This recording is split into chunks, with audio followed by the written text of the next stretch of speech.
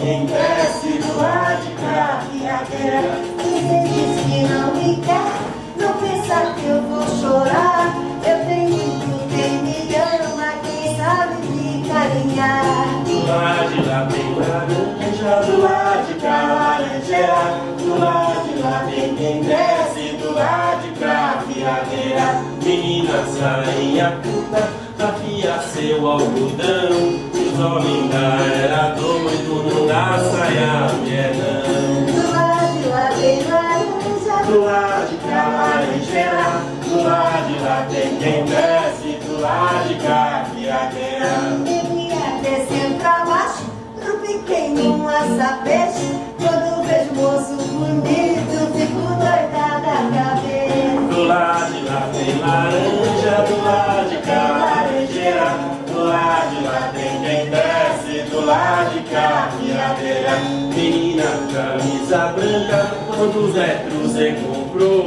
Eu quero escrever meu nome no retalho que sobrou. Do lado de lá tem laranja, Do lado de cá laranjeira. Do lado de lá tem quem desce, do lado de cá viadeira.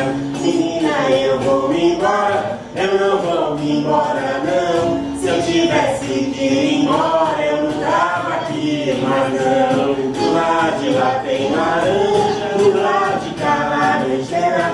Do lado de lá tem quem desce, do lado de cá viadeira. Você mandou eu cantar, pensando que eu não sabia. Eu não sou como a cigarra que nunca canta o dia. Do lado de lá tem laranja, do lado de cá laranjeira. Do lado de lá tem quem desce, do lado de cá viadeira. Do lado de lá tem laranja, do lado de cá laranjeira. Do lado de lá tem quem desce, do lado de cá viadeira. o tempo, o que é? Já nem me lembro. Abro a caixa de costuras de minha avó, puxo o fio da memória, tento recompor esse tecido e gasto usando a agulha mais fina. Um ponto, outro ponto, um ponto, mais um ponto, outro ponto. Uma urdidura delicadamente tecida e depois desmanchada. Dia após dia, enredo meu destino nessa tela e espero. Se de dia eu fio essa trama, de noite a desfio. Trama infinitamente trançada e depois destrançada. Atadas entre si, no único nós, estamos todas mulheres. Penélope, Arácnides, Ariadnes, entretecendo sonhos, tecidos desfeitos, tecituras. Somos Ariadne com seus fios de ouro, pespontando sendas nessa colcha emaranhada de caminhos. Como a roca que fura, como a areia que desce. A agulha atravessa nossa resistência simples. Lunares, tecendo tramas de mulheres e seus segredos. Não quero ferir demais as fibras envelhecidas da memória, mas as memórias de minhas mulheres surgem. Suas genealogias me atravessam, furando o tecido dessa trama, que agora vos narro. A história de Ariadne. Ariadne, a bela filha do rei Minos de Creta, era uma jovem inteligente e habilidosa. Costumava se reunir na sala de costuras do palácio com sua irmã Fedra, garra sua mãe de leite e com as costureiras. Enquanto se dedicavam à arte de fiar e tecer, cochichavam segredos. Segredos de mulheres, segredos de fios, agulhas, tramas, chips. A princesa havia completado 16 anos e estava radiante, pois agora poderia participar das festas. Ai, lindas danças no salão, sacerdotisas vestidas como verdadeiras deusas. A próxima festa seria do equinócio para a chegada da primavera. A irmã de Ariadne, Fedra, era um ano mais velha do que ela e costumava disputar com as dançarinas a exuberância dos seus trajes. Eu quero uma saia reta retirada desta lã, guarnecida de 7 camadas esvoaçantes. Ariadne Tarras deixara a sala de costuras de braços dados. Ariadne havia sido confiada a ama de leite desde bebê e era por ela tratada como uma filha. Elas desceram as escadas e atravessaram o salão onde trabalhavam os artistas preparando a grande festa. De repente, a princesa ficou pensativa. Tarras, quem é esse minotauro que vive encerrado no labirinto? Ouvi as costureiras dizerem que ele faz parte da nossa família? Todos sabem que o minotauro é uma criatura horrível, metade homem, metade touro. Como ele pode ter sangue real? Como pode ser um dos nossos? Não me venha dizer para perguntar à minha mãe, porque ela dirá pergunte ao seu pai. Se eu perguntar ao meu pai, ele dirá pergunte à sua mãe. O que me admira é que até as costureiras sabem mais sobre a minha família do que eu mesma. Ai, Ariadne, as costureiras têm razão. Não podemos mais te esconder isso. O Minotauro faz parte da família real. Foi sua mãe Pasífica quem o concebeu. O quê? Meus pais geraram aquela criatura horrível? Não, minha filha. O Minotauro é filho da sua mãe com um touro. Minos, o pai dela, havia prometido sacrificar um touro ao deus do mar, Poseidon. Mas Minos não encontrava um touro bonito, forte o bastante. Certo dia, porém, caminhando pela praia, Minos avistou um magnífico touro branco e o capturou. Mas ele não entregou ao deus do mar. Resolveu ficar com o belo touro para ele, sacrificando outro em seu lugar. Ao saber disso, Poseidon armou uma terrível vingança. Fez surgir magicamente na rainha uma avassaladora paixão pelo touro. Pobre Pacífico definhava. Então Dédalo, o famoso arquiteto e inventor do reino, vendo o sofrimento da rainha, resolveu ajudá-la. Construiu uma vaca de madeira para que ela pudesse se esconder. O modelo era tão magnífico e tão perfeito que enganou o touro. E aí a rainha pôde unir-se a ele. Então não foi culpa da minha mãe. Meu pai que não cumpriu a sua palavra. Você sabe como reagem os deuses quando os desafiamos, não é? Eu ainda vejo o pobre Pacífico com o recém-nascido nos braços, abatida diante da monstruosidade do seu bebê, mas acariciando e protegendo. O Minotauro crescia, tornava-se perigoso, sedento de sangue humano. Então Minos mandou Dédalo construir um lugar de onde o monstro não pudesse sair jamais. Um labirinto. Um labirinto. Um lugar escuro, sinuoso, com uma única entrada e caminhos emaranhados. Quem ousasse entrar ali não conseguiria sair jamais e seria devorado vivo pela fera. Você disse que o Minotauro era sedento de sangue humano? De quem ele se alimenta? Antes de oferendas e sacrifícios. Mas agora 7 rapazes e 7 donzelas atenienses são oferecidos a ele por ocasião das festividades do equinócio. E por que os atenienses têm que pagar por um erro do meu pai? Esse era o tributo imposto por Minos ao rei de Atenas, para vingar a morte do seu filho Androgeu, morto durante os Jogos Olímpicos de Atenas. Até hoje esse cruel tributo leva jovens inocentes a pagarem por aquela morte. Ariadne tinha o rosto entristecido. Uma sombra de dor pairava em seus olhos. Ela que esperava ansiosamente completar a idade para participar das festas do equinócio, estava agora assustada com aquele enredo monstruoso e parecia até mesmo ouvir os gritos de horror que vinham do labirinto. A tão esperada festa do equinócio chegou! A multidão comprimia-se para ver o navio de estranhas velas negras que se aproximava, trazendo jovens para o sacrifício. Ariadne ocupou seu lugar na tribuna ao lado de sua mãe e de seu irmão. Os tambores ecoaram. Minos entrou no pátio e saudou a multidão nas arquibancadas. As dançarinas realizavam danças sinuosas pelo salão. E o coro era ouvido nos 4 cantos, enquanto os prisioneiros marchavam cabisbaixos, cercados pelos guardas. Infeliz de ti, juventude de Atenas! O sangue que corre em tuas veias não cessará de pagar a dívida que teu rei Egeu contraiu com Minos, filho de Zeus e rei de Knossos. 7 rapazes e 7 donzelas, os mais belos jovens de Atenas, escolhidos entre as melhores famílias. Infeliz de ti, juventude de Atenas! Ariadne pousou os olhos sobre os prisioneiros alinhados à frente da família real. Eles impressionavam pela dignidade. Um deles, o maior, chamou a atenção de Minos. Quem é você, rapaz do meio? Parece não ter a idade exigida. Infeliz de teu rei Egeu, que não cumpriu a convenção. Oh, grande rei Minos, não se zangue, porque não é para desafiá-lo que meu pai me enviou entre esses jovens, e sim para honrá-lo. Eu sou Teseu, filho de Egeu, rei de Atenas. Ele tirou-lhe Androgeu, seu filho, e ao enviar a mim o seu próprio filho, deseja satisfazer o seu desejo legítimo de vingança. Olho por olho, dente por dente. Assim, quem sabe o senhor renuncia às suas exigências e acaba com essa carnificina instituída. Minos não gostou. Que audácia ousar propor um negócio a mim, filho de Zeus. Ousar pensar que o meu filho vale tanto quanto o filho de um mortal. Um traidor que ousou infringir as regras sagradas da hospitalidade. Ele nunca acabará de pagar a sua dívida. Basta. Que os levem agora e que os preparem para o sacrifício. A Ariadne ficou horrorizada com as palavras do pai. E impressionada com a coragem, determinação e altivez do jovem príncipe Teseu. Ela já havia escutado algo a seu respeito. Diziam que ele era um jovem nobre, corajoso, que havia deixado os domínios de Atenas para lutar contra Amazonas e centauros. A Ariadne foi tomada de um enorme sentimento de compaixão. Ela ia ajudá-lo. O herói não poderia morrer assim. Teve uma ideia genial. Dédalo, construtor do labirinto.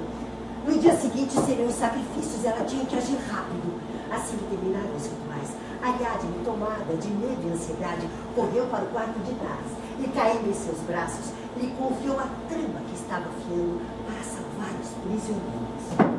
Fétria, que eu vi atrás da porta, entrou bruscamente no quarto e surpreendeu a irmã em sua trama secreta.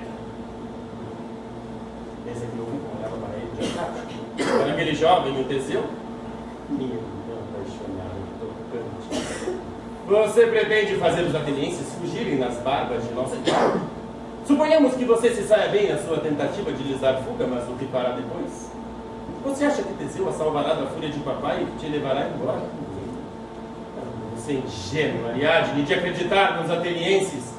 Você esqueceu do que eles fizeram com o nosso irmão Androgeu? E além do mais, você não viu que os olhares dele eram para mim? Não sou tão ingênuo assim. Só o ajudarei se ele prometer me levar. Além do mais, você não o ama. E ele poderá vir a me amar um dia. Com estes argumentos, Ariadne finalmente convenceu sua irmã a guardar-se. Depois encontrou-se com Dédalo. Pediu a ele a planta do labirinto. Mas a planta havia sido destruída. E também conhecer a planta não adiantava muito, sabe por quê? O labirinto era móvel, as paredes se moviam o tempo todo, confundiam. Teriam que achar alguma forma, alguma artimanha para vencer o labirinto. Ariadne olhava de um lado para o outro, buscando apreender, encontrar alguma coisa. Já sei, Dédalo! Dédalo, um fio. Um fio guiará Teseu. Ariadne, você vai precisar de muito fio. O labirinto tem quilômetros de extensão e é muito escuro. Além do mais, Teseu vai precisar de uma arma para lutar contra o Minotauro. A espada de seu pai. Ela foi fabricada com uma haste de metal fosforescente que se ilumina ao contato com a mão. Só eu e seu pai sabemos onde está escondida essa espada. Ariadne foi conduzida por Dédalo por corredores subterrâneos, passagens secretas, até a sala do trono, onde estava escondida a espada. Dédalo pegou delicadamente a espada em seu lugar e colocou um metal falso. Os dois saíram sigilosamente da sala. Enquanto isso, Teseu e os outros jovens estavam presos no calabouço, no piso inferior do palácio. Os guardas que os vigiavam àquela hora adormeciam, pois precisavam estar preparados para o dia seguinte. Com a ajuda de uma corda, Ariadne vai ao calabouço para conversar com Teseu. Príncipe Teseu, sou Ariadne, a filha do rei Minos. Eu estou aqui para ajudar você. Me ajudar? Já vou logo dizendo que vim para matar o Minotauro. Morrer. Você é muito corajoso, jovem príncipe. Mas você não conseguirá se salvar sem minha ajuda, pois o labirinto tem paredes que se movimentam, que confundem o tempo todo. Eu lhe trouxe esse fio. Segure-o com firmeza. Ele será sua salvação para sair do labirinto. Você deve desenrolando o novelo até chegar ao centro, onde fica o Minotauro. Para vencê-lo, basta usar essa espada luminosa. Depois, para sair do labirinto, é só seguir o fio. Princesa, por favor, eu não estou entendendo uma coisa. Por que você desafia o destino para salvar a vida de um pobre prisioneiro que deve morrer para vingar a vida de seu irmão? Você corre perigo. Uma princesa tão bonita. Acho injusta a morte de todos esses jovens, todos com a minha idade. Os súditos que pagam pelos erros dos reis, os filhos que pagam pelos erros dos pais. Tantos jovens inocentes condenados à morte. Este pacto tem que acabar. Ariadne baixou os olhos em silêncio. Depois olhou firme nos olhos de Teseu. E o príncipe entendeu que ela estava apaixonada. E que agia não somente por indignação e amor à justiça. Ele avançou em sua direção sem tirar os olhos dela. Segurou em sua mão, esperando que Ariadne dissesse com palavras o que já havia dito de outra forma. Ela disse que só o ajudaria se ele prometesse levá-la para bem longe dali. O príncipe Teseu aceitou o pedido. Os dois selaram o pacto. Então Ariadne contou onde estariam a espada e o novelo. Teseu, por sua vez, descreveu o local onde a embarcação que os levaria de volta a Creta estaria esperando os jovens em fuga.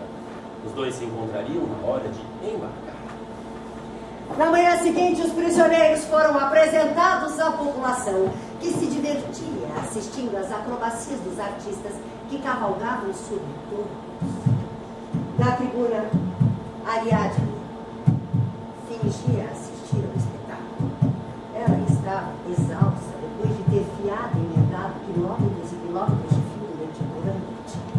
E Ariadne só pensava em Teseu, com o coração angustiado, viu quando os jovens atenienses foram levados até a entrada do labirinto. Um a um foram jogados aos gritos e empurrões. Quando chegou a vez de Teseu, o coração da princesa gelou. Seu sangue parecia petrificado e ela teve que conter um grito de horror. Mas no fundo, ela acreditava que estaria em breve nos braços de seu amor. Dentro do labirinto, o breu era total. Os jovens apavorados agarravam-se uns aos outros. Teseu correu ao local indicado por Ariadne e ali estavam o novelo e a espada. Quando ele a empunhou, ela se iluminou. Iluminou toda aquela escuridão. Teseu pediu aos jovens que permanecessem ali onde estavam e ele entraria sozinho no labirinto. Fez um profundo entalhe na rocha que ficava perto da porta e amarrou bem firme a ponta do fio. Foi avançando por sendas sinuosas, atalhos confusos, sem desgarrar-se do novelo. Ouviu barulhos ensurdecedores que pareciam pancadas contra a parede. Ele foi avançando na direção do barulho. Aquilo cessou. Na parede à sua direita descobriu um buraco que parecia uma passagem. Ele foi adentrando devagar, sem desgarrar-se do fio de Ariadne. O melhor seria esperar ali, pois certamente o Minotauro sentiria sua presença e viria até ele. Ele viu. O Minotauro estava uma dezena de metros. Aprumando-se num salto, Teseu largou o novelo e empunhou a espada. Mas o monstro não se movia. Teseu via impassível aquela imagem medonha. Os ombros e o pescoço eram extremamente fortes, a cara peluda, negra, os chifres longos e pontiagudos contrastavam com aquele imenso corpo de homem. Teseu ficou olhando. O olhar do rosto era infinitamente triste, tão humano. Em meio a toda aquela deformidade, isso perturbou Teseu a ponto do herói não saber se era um animal ou um homem. De repente, o monstro investiu violentamente contra ele. Teseu enfiou a espada no peito do Minotauro e se contorceu, batendo as cabeças, a cabeça dele contra as paredes. O labirinto estremeceu. Teseu ficou paralisado entre o terror e a compaixão. O monstro investiu novamente contra ele, vincando-lhe um dos chifres. Teseu caiu ferido, mas juntou todas as suas forças e vigor e enfiou novamente a espada, que ficou cravada até a metade no peito. O Minotauro cambaleava, tentando manter-se em pé. O labirinto ficou tudo na escuridão. Avançando no escuro, Teseu tentou alcançar novamente o cabo da espada. Quando ele a tocou, ela se iluminou. Ele a puxou com toda a força. O Minotauro caiu e morreu. Estava finalmente morto. Recuando alguns passos, Teseu recolheu o novelo e, guiado pelo fio de Ariadne, saiu do labirinto, levando consigo todos os outros. Sentada na praia, no local indicado, Ariadne esperava. Quando avistou Teseu e os jovens correndo para o navio, ela se levantou depressa e também entrou na embarcação. Os atenienses estavam felizes, menos o capitão. Ele previa o inexorável desfecho daquela aventura amorosa. Ariadne, por sua vez, estava serena, com a sensação de haver encerrado ali a trama de uma complicada tapeçaria. A embarcação avançava pelo mar infinito e a tripulação comemorava, bebendo vinho, cantando alegremente. Teseu e Ariadne contemplavam o mar. Estavam sozinhos. Dionísio, o deus do vinho, os observava. Dionísio sempre amou Ariadne e agora a paixão por ela reacendera. O deus desejava casar-se com Ariadne e levá-la para viver com ele no Olimpo. Uma nova trama se fez. O navio atracou em uma ilha escondida. O capitão autorizou a toda a tripulação que desembarcasse para descansar em terra firme e então chamou Teseu para uma conversa. Teseu, você está desafiando o destino. Olha, ter matado o Minotauro é perdoável. Quem sabe até o rei estivesse cansado de alimentar a besta. Mas roubar a princesa é o mesmo que declarar guerra a Creta. Teseu então argumentou. Mas eu não roubei a princesa. Ela que desejou fugir comigo. Mas o capitão o convenceu. Teseu, essa paixão é inconcebível. É um problema de Estado. Isso vai gerar outra guerra. Vamos abandoná-la nessa ilha. Alguém virá buscá-la. Teseu, após refletir sobre as razoáveis ponderações do capitão e influenciado pelo deus do vinho em seus humores, tomou a decisão. Embarcou com seus companheiros a bordo do navio e partiu rumo a Atenas, abandonando Ariadne adormecida na areia da praia. Pobre mulher, dormia exausta, sem suspeitar a terrível traição que sofrera. Quando acordou, estava absolutamente só naquela ilha vazia. Depois de choros e lamentos, Ariadne surpreendeu-se com a presença de Dionísio. Ele que tanto a amou veio salvá-la. Aos poucos, Ariadne cedeu aos carinhos e cuidados de Dionísio. Por fim, aceitou casar-se com Dionísio, que a presenteou com uma coroa de estrelas.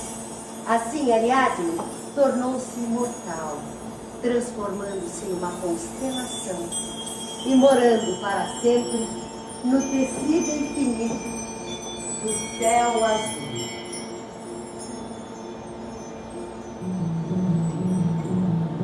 Não te afastes de mim, temendo a minha sanha e o meu veneno.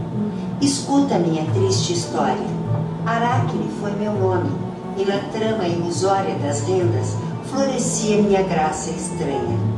Um dia desafiei Minerva. De tamanha ousadia, hoje espio a incomparável glória.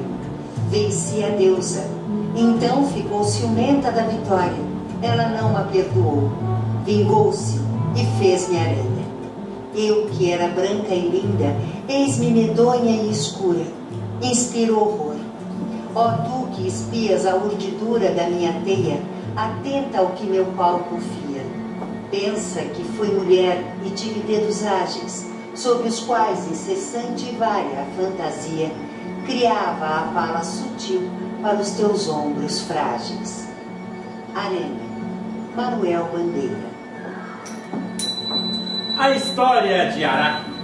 Aracne era uma jovem grega que, apesar de pobre e de família humilde, ganhou fama e era reconhecida em toda a Lídia como a maior tecelã que já havia existido. A sua mãe já havia morrido e o seu pai era um tintureiro que tingia as peças de lã. Mas Aracne fiava com tanta graça e delicadeza que as próprias ninfas, abandonando seus vinhedos e rios, vinham vê-la trabalhar. Mesmo que ela estivesse apenas enrolando a lã ou buscando extrair da roca com seus dedos ágeis linhas macias e delicadas como as nuvens. As moças do local corriam à sua casa e disputavam entre si os bordados. Olha este bordado, a delicadeza dos desenhos. O que é esse então? Ai, Aracne, acho que você aprendeu a arte da tecelagem com a deusa Atena.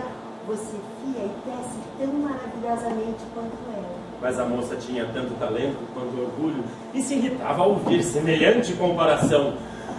Gabava-se de ser responsável pela sua própria criação e de ter enfrentado os deuses que eram por todos reverenciados e tinham as suas histórias e feitos contados pelos aedos. os artistas nas praças e teatros da Grécia.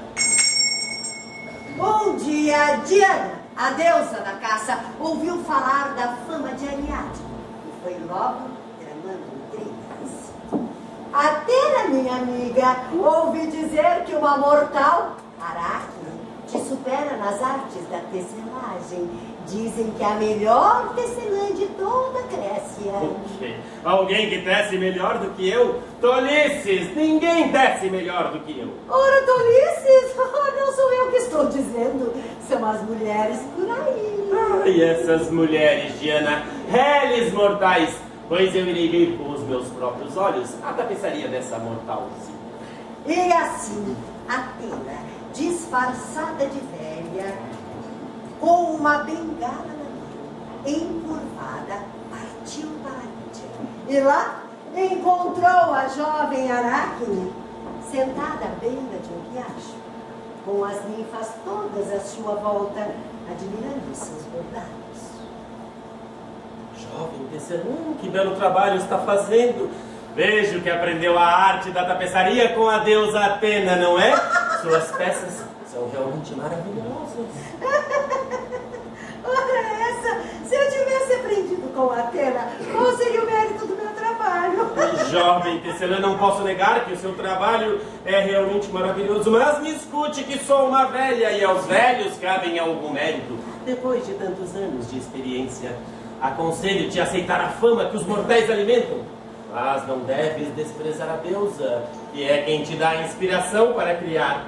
Se te retratares, ela há de perdoar-lhe o insulto. Ah, velha louca, deixe-me em paz com seus tolos conselhos. Eles devem servir para seus filhos e netos. Não a mim, que teço a minha tapeçaria a meu real prazer, com os fios em minhas mãos e por meus próprios méritos. Por que sua deusa não vem competir comigo em um duelo? Aí sim podemos ver quem tece melhor. Ai, ouvindo isso, Atena ficou indignada com a ousadia da jovem e voltou à sua forma divina, apresentando-se como deusa diante de todos. As ninfas e mulheres presentes ajoelharam-se reverenciando a deusa, menos Aracne, que friamente continuou a tecer o seu bordado. Não me reconheces, jovem insolente? Como ousas me desafiar? Pois vejamos então quem de fato é a melhor. Ninfas, tragam toda a lã que puderem encontrar e a depositem aqui aos nossos pés em partes iguais. Comecemos a tecer e vejamos quem de fato é a melhor. Com as mangas dobradas, as duas tecelãs começaram a tecer, cada qual a sua tapeçaria. Com os dedos ágeis, extraíam e desfiavam os fios e colocavam rapidamente sobre os peitos do tear que tinham à sua frente. Com fios de todas as cores e tons, as texturas eram tramadas devagar, compondo um belo mosaico de figuras pintadas com linhas e lãs. Filetes de ouro eram introduzidos na trama e cada um dos trabalhos começou a estampar uma história diferente. A Atena teceu a história dos homens que ousaram desafiar o destino, enfrentando os deuses e os castigos aos quais haviam sido destinados. Teceu a história de uma jovem que ousou desafiar os deuses e orgulhosamente comparou a sua beleza à de uma deusa. Os seus lindos cabelos cacheados foram transformados em serpentes que as mordiam e a torturavam. Aracne não perdeu a oportunidade de mais uma vez desafiar os deuses e teceu a história dos crimes que os deuses cometeram contra os mortais. Em sua tela, bordou o próprio Zeus disfarçado em animal para roubar a jovem Europa e com ela se casar. Os fios alvos iam contornando a bela Europa com tamanha beleza que ela parecia estar viva e prestes a sair do tecido. Quando findaram os trabalhos, Atena pediu às ninfas que julgassem os bordados com imparcialidade. Uma disse: veja, o bordado de Atena está mais bonito. E a outra: não concordo, Aracne tece com a perfeição de uma deusa. Atena ouvia impassível o comentário das ninfas e não pôde deixar de reconhecer em seu íntimo que o bordado de Aracne era quase tão perfeito quanto o seu. Mas enciumada e revoltada ao ver as cenas desafiadoras, acusando os deuses dos seus crimes, foi tomada de um acesso de cólera. Quebrou o tear em 1000 pedaços e, desfiando os fios, desmanchou a tapeçaria de sua rival.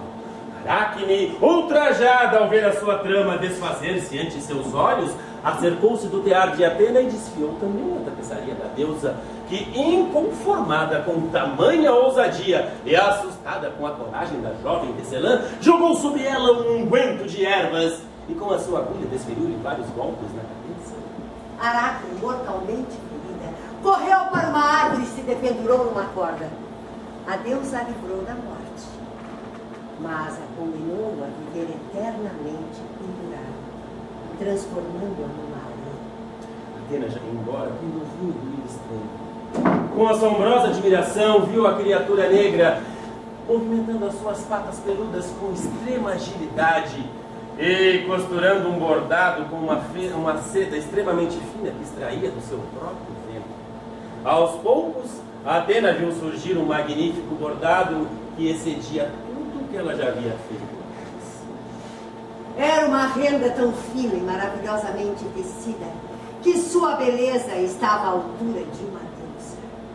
E assim Aracne, a tecelã eterna, suspensa pelo fio do seu destino, é obrigada a tecer para sempre o véu de sua própria trama. Tecido que fio e desfio todas as noites, infinitamente como Penélope, enquanto na parede observo a aranha no centro da teia. É Aracne, a tecelã eterna, a emprestar-me os traços para o tecido, fios de ouro que me salvam desse labirinto de tramas, tecituras de patas, velhas pendeias, afiar nossas existências no veloz tear que cavalga no dorso do tempo. Eu estou no centro dessa teia, onde entremeiam os feitos das heroínas que compõem esta tapeçaria de textos. Eu sou Penélope.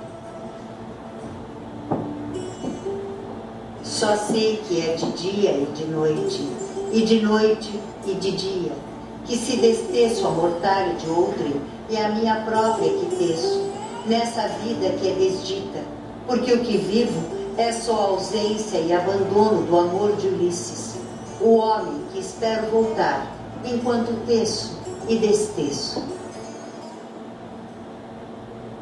Ulisses não vem? E se a guerra acabou? E Troia destruída enterra seus mortos? E se os vencedores voltam para casa, para suas esposas e filhos? Porque só tu, valente guerreiro, tens atado nos mares teu destino errante. Quem foi que te lançou em suas redes? A feiticeira Circe? A ninfa Calypso? Preenche o canto das sereias, amada esposa? Ou a cera nos ouvidos te tapou também o coração? Porque não ouves os lamentos pesarosos de tua fiel esposa? Depois desses longos anos de ausência, de espera inútil, que não vens para os meus braços, ou para os afagos de teu filho Peleno? Que ardilhas, que tramas te levaram para longe do destino dos teus? Eu, Penélope, tua esposa amada, aqui estou, sentada diante dessa trama que as deusas teceram para nós. E se assim querem as velhas tecelãs, nossos destinos estão atados para sempre.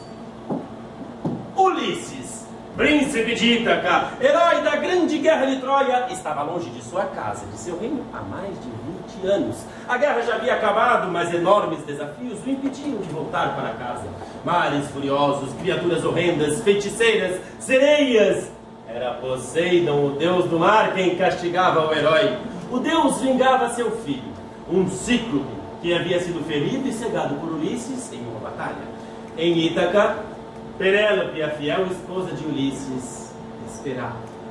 Sentada em seu tear, esperava e tecia e esperava ao lado de seu filho Peleno.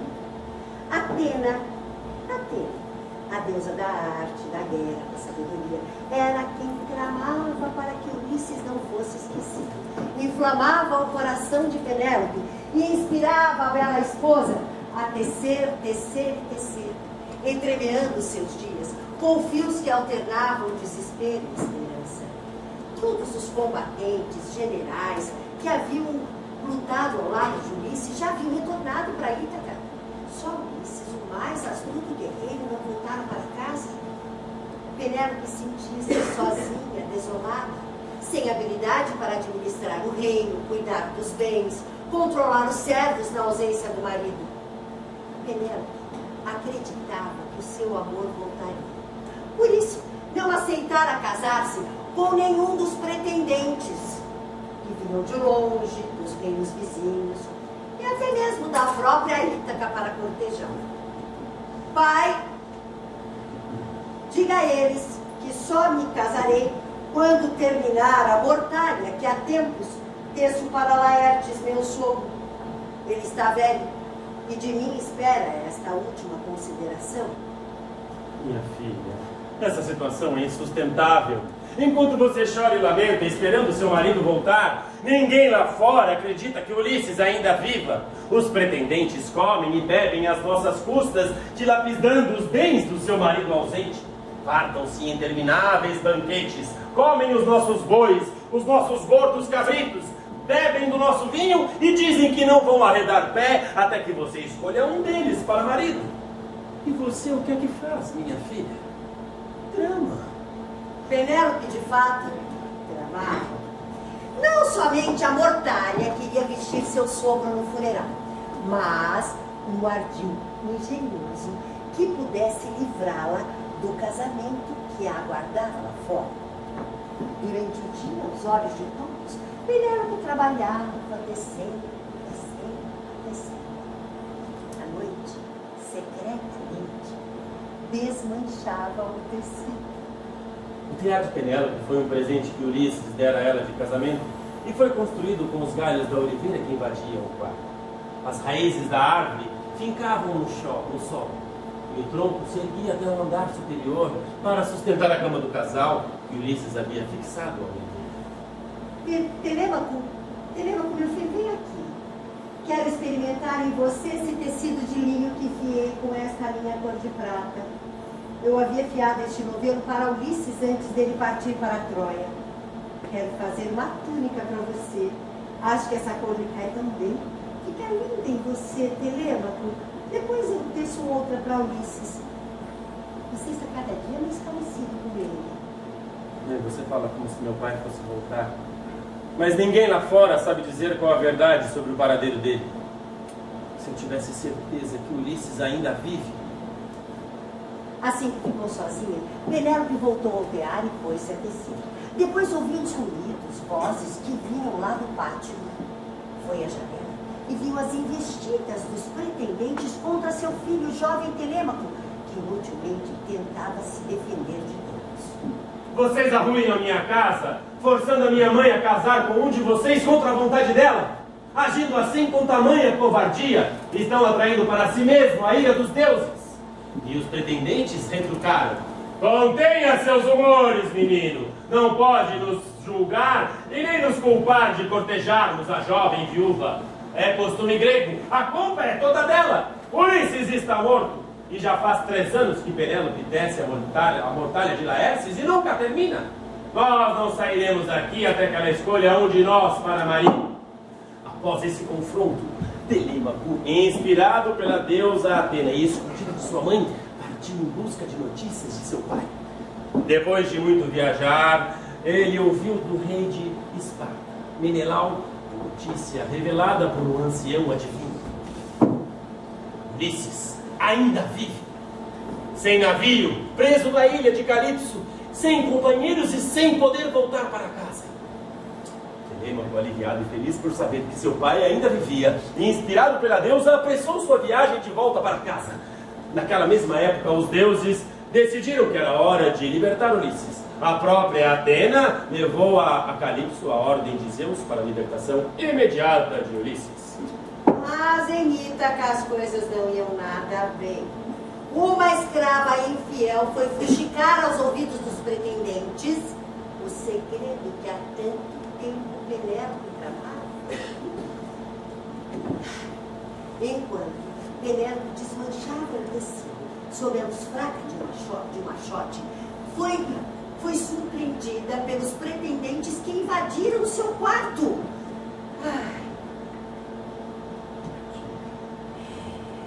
Penélope, muito astuta, pensou em lançar mão de um último artifício para ganhar tempo. Levou para o salão o grande arco de Ulisses e propôs aos pretendentes uma competição de arco e flecha. Caso-me com quem conseguir armar o arco de Ulisses e lançar a flecha pelos vãos de 12 machados. Estejam aqui amanhã pela manhã. O destino cruel abateu-se sobre mim. E já não espero que Ulisses volte. Penélope não sabia que Ulisses já havia retornado e caminhava já em direção ao palácio. Finalmente o herói pisava as areias da sua terra natal. Atena encontrou-se com Ulisses e contou a ele tudo o que estava acontecendo lá no palácio. Juntos eles armaram um plano para aniquilar os pretendentes e retomar o comando. Atena transformou Ulisses em um mendigo e o conduziu até a casa de um filho servidor do rei. A deusa também conduziu Telêmaco até ali e finalmente Ulisses e seu filho se encontraram. Depois de muitos se abraçarem, eles decidiram. Telêmaco iria à frente ao palácio e depois chegaria a Ulisses, disfarçado de mendigo. No dia seguinte, tudo se passou conforme o planejado. No grande salão, os pretendentes aguardavam a chegada de Penélope. Ela desceu de seus aposentos radiante, vestida como uma deusa. Mas seus olhos tristes, escondidos sob o véu, vertiam lágrimas de desconso. Nenhum dos pretendentes teve força suficiente para armar o arco. Então Ulisses, disfarçado de mendigo, perguntou se ele mesmo poderia tentar armar o arco do herói. Os pretendentes riam e zombavam do suposto mendigo, atirando-lhe objetos e o desafiando. Ora, vejam só esse andrajoso! Não vai nos dizer agora, princesa, que prefere um mendigo a um de nós? O jovem Telêmaco já havia tramado com seu pai um estratagema para o combate e pediu então que Penélope se retirasse e aguardasse em seus aposentos. Ulisses pegou o arco e o armou. Todos ficaram admirados, mas não desconfiavam ainda a identidade daquele homem em farrapos. Quando finalmente Ulisses disparou a flecha com precisão entre os machados, todos que ali estavam ficaram sabendo, então, a identidade daquele mendigo. Era Ulisses, o grande herói da guerra de Troia, que voltava para sua casa.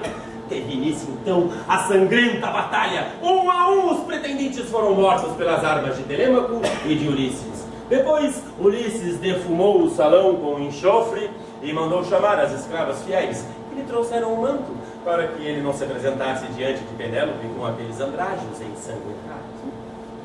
Uma velha aia foi buscar Penélope e avisar que Ulisses havia retornado e aguardava no grande salão. Penélope não podia crer. Aproximou-se e sentou-se diante dele. Não o reconhecia ainda. Depois de todos esses anos, tantas tramas dos deuses, tantas artimanhas do destino, Penélope não o abraçou nem beijou. Telêmaco estranhou a frieza de sua mão. Mas Penélope precisava ter certeza. Euicleia, minha fiel escrava, traga a cama de meu quarto. Quero armar um leito aqui embaixo para Ulisses descansar. A cama não pode ser retirada do quarto. Eu mesmo a fixei no galho da oliveira, cujas raízes o prendeu ao chão. Penélope finalmente teve certeza. Aquele era Ulisses, seu marido. Soluçando e rindo ao mesmo tempo, ela o abraçou e beijou. Depois eles subiram aos aposentos e deitaram-se no leito de oliveira. Depois de contarem cada uma das aventuras que viveram durante todos esses longos anos de ausência, silenciaram-se e entrelaçaram seus corpos. Já era madrugada e a aurora podia iluminar com sua fosca luz no imenso tear de Penélope o tecido que ela havia iniciado para fazer o vestido que usaria no dia em que Ulisses retornasse. No buraco da agulha que usei para costurar as teias dessa narrativa, revejo as tramas das mulheres que teceram comigo a minha vida. Minha avó, minha mãe, minha filha. Gestos emaranhados aos bordados das nossas irmãs. Penélope, Ariadne, Aracne, me emprestam o seu fio para tecer essa delicada tessitura. É o vai e vem do pé pisando o pedal. Troco, troco, troco, troco. É o fim, alinhavando segredos do buraco.